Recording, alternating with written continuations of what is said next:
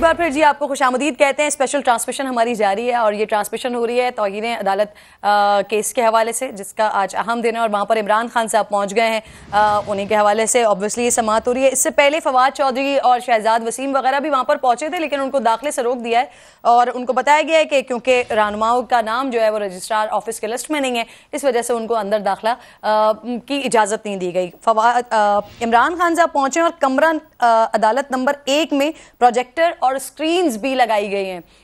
तो गालिबन कभी इम्कान है, ब्रेक में मैं और खालिद साहब डिस्कस कर रहे थे कि शायद वहाँ पर खान साहब ने जो बातें की हैं वो भी शायद उसको दिखाया जाए, इस वजह से ये स्क्रीन्स और प्रोजेक्टर्स वगैरह नस्ब किए गए हैं। खालिद साहब आपके पास आती हूँ इस पॉइंट को लेकर, लेकिन मंसूर ज़रा मैं जो सवाल आपके लिए छोड़ के गई थी ना, उसी सवाल के साथ आना चाह रही हूँ वापस कि ये हमने देखा है कि इमरान खान साहब को जो बात लग रही होती है कि ये उनके फेवर में जाएगी, वो उसे बाय कर लेते हैं और उन्हीं लोगों के खिलाफ वो बात करते हैं अपने जलसों में खड़े होकर, जिनकी चीज़ों को वो बाय भी कर रहे होते हैं बड़े मज़े से। और इसमें हमने इस जवाब में उसकी एक मिसाल देखी भी है कि शहबाज गिल पर टॉर्चर के हवाले से जिन लोगों ने पहले बात की उनके बारे में इमरान खान साहब क्या कुछ कहते रहे हैं, लेकिन उनका हवाला दे दिया, उनके बयानात का, उनके स्टेटमेंट्स का हवाला दे दिया कि जी क्योंकि शहबाज गिल साहब के ऊपर इस तरह का टॉर्चर हुआ और इस तरह की वीडियोस सामने आ रही थी कि जिसकी वजह से वो तैश में आ गया, जिसकी वजह से वो गुस्से में आ गया और उसके बाद उन्होंने इस तरह के स्टेटमेंट्स दे दिए। देखिए किरण, मेरे ख्याल में मैं इसको ऑन अ लाइटर नोट में कहूँगा, इमरान खान साहब के अंदर ना मुझे कभी कभार एक छोटा सा जॉर्ज बुश नजर आता है। जॉर्ज बुश का वो एक था ना कि आइदर यूर विद अस और यूर अगेंस्ट अस। तो या तो आप बतौर सहाफ़ी, बतौर जज, बतौर इस्टेब्लिशमेंट, बतौर ब्यूरोक्रेट, या तो आप पूरी तरह इमरान खान साहब के साथ हैं, और अगर आप नहीं हैं, अगर आप उनकी हाँ में हाँ नहीं मिला रहे हैं, तो फिर आप उनके दुश्मन हैं।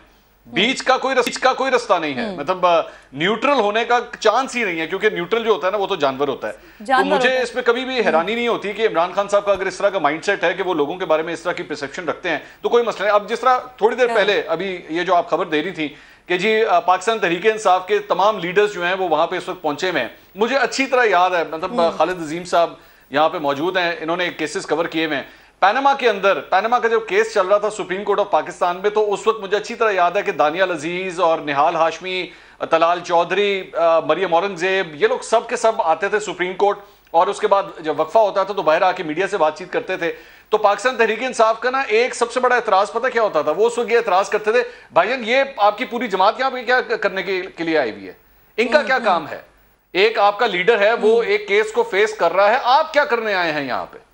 मेरा अब आज यही सवाल है कि जब आज इमरान खान साहब एक तौहीन अदालत का केस फेस कर रहे हैं, कोई सियासी केस है ये किसी सियासतदान ने इनके अगेंस्ट किया हुआ है। वो तो फिर भी जो नवाज शरीफ के केस अगेंस्ट केस चल रहा था वो तो एक सियासतदान ने किया हुआ था। यहां पे तो कंटेम्प्ट ऑफ कोर्ट की जो प्रोसीडिंग्स है वो तो खुद इस्लामाबाद हाई कोर्ट ने इसका नोटिस लिया हुआ है, किसी और इसमें तो कोई दूसरा पॉलिटिशियन भी शामिल नहीं है। आप लोग क्या करने आए हैं यहाँ पे? आप लोग मतलब जिन जिन सूबों से उठ के आए हैं, मैं मोहसिन लगारी साहब को देख रहा हूँ, वजीर महमूद रशीद यहाँ पे मौजूद है, क्या करने आए हैं ये लोग यहाँ पे? क्या पंजाब के अंदर सैलाब की सूरत हाल खत्म हो गई है?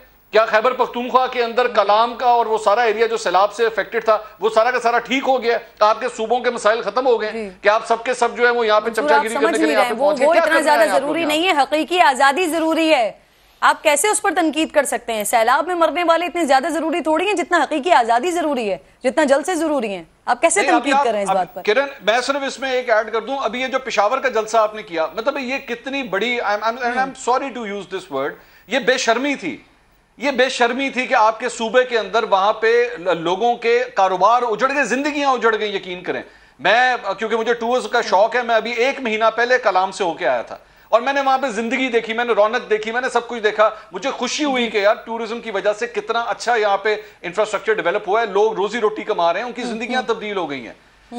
एक सैलाब आया, वो सब कुछ बहा के ले गया, और उस सूबे का वजीर मैं आपको इंटरप्ट करके छोटा सा ऐड कर दूं, ये जो कुमराट वैली है ना, ये कुमराट वैली मंसूर, ये वो जगह है जो टूरिज्म की बात करते हुए खान साहब ने इसको इंट्रोड्यूस कराया, लेकिन वो जो 25 किलोमीटर का टुकड़ा है वो उनकी हुकूमत में 11 साल हो गए ना, उनकी हुकूमत में वो टुकड़ा नहीं डेवलप हो सका है। वो टूरिज्म की बात इमरान खान साहब खुद करते हैं, तो उनके कौल फेल में तो हम जितना ढूंढेंगे ना उससे ज्यादा ही कहीं तजाद मिलेगा। नहीं मनीफ साहब, हम क्योंकि अब इस सेगमेंट में डिस्कस कर रहे हैं कि अगर इमरान खान साहब को आज सजा हो जाती है तो उसके लिए जरा ये भी बता दीजिएगा, क्योंकि माशाल्लाह पूरी पंजाब कैबिनेट ही उठ के आई हुई है, पंजाब के सारे लोग ही उठ के यहाँ पे आए हुए हैं with solidarity to Imran Khan sahab. So sir, क्या कोई तैयारी वगैरह पंजाब में भी हो रही है? अगर इमरान खान साहब को सजा हो जाती है तो उसके बाद का क्या क्या पर्सपेक्टिव है, क्या तैयारी कर रही है पीटीआई और क्या हो सकता है, क्या समझते हैं आप? 25 मई जैसी तैयारी होगी, कुछ भी नहीं होगा। आप ये तो चौधरी परवेज लाई नहीं पहुंच गए, वहां पे वजीर आला पंजाब हैं, क्योंकि अगर आज वो अदालत नहीं पहुंचे तो बिल्कुल वो कसम उठाकर जनूबी पंजाब पूरा डूब गया, वहां भी नहीं गए वो।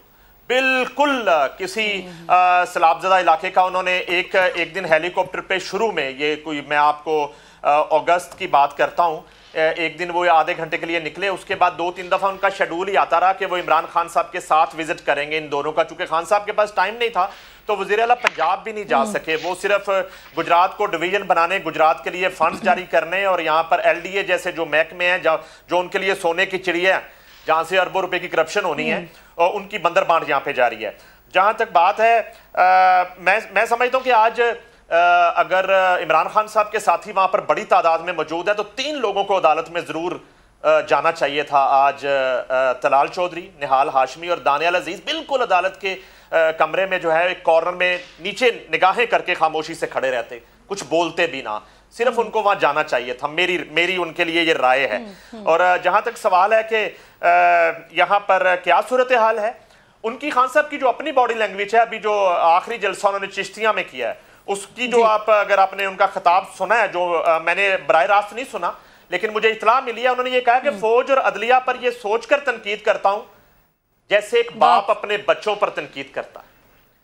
इमरान खान साहब जो है ना, वो खुद साख्ता बाबा कौम बनने की ख्वाहिश रखते हैं। और मेरे पास इतला है कि पाकिस्तान बनने के 5 साल बाद इनकी पैदाइश हुई थी। अगर पाकिस्तान बनने के 5 साल पहले वैसे मैं थैंक यू सो मच याद दिलाने के लिए नईम साहब। मैं ये बात करना चाह रही थी कि जो वजीर आजम होता है वो कौम का बाप तो कहलाता है, क्योंकि रियासत माँ होती है, लेकिन ये इदारे उनके लिए खान साहब अपने आप को बाप का लक़ब दें तो ये समझ से बालातर है। और शायद फिर ये बाप बनकर ही खान साहब इस तरह के बात करते हैं और इस तरह के डिसीजंस लेते हैं और इस तरह की बात ये करते हैं कि जी जो खान साहब की पसंद से और खान साहब की मंजूर नज़र होगा वो जो आएगा वो बिल्कुल मुहिब्बे वतन होगा, वो जो है वो कौम का ईमानदार होगा, वो तगड़ा होगा। लेकिन इनके अलावा अगर किसी और की मंजूर नज़र या किसी और की सिग्नेचर से कोई आता है तो फिर वो जिस तरह की बात खान साहब कर चुके हैं उसको मजीद क्या कहना।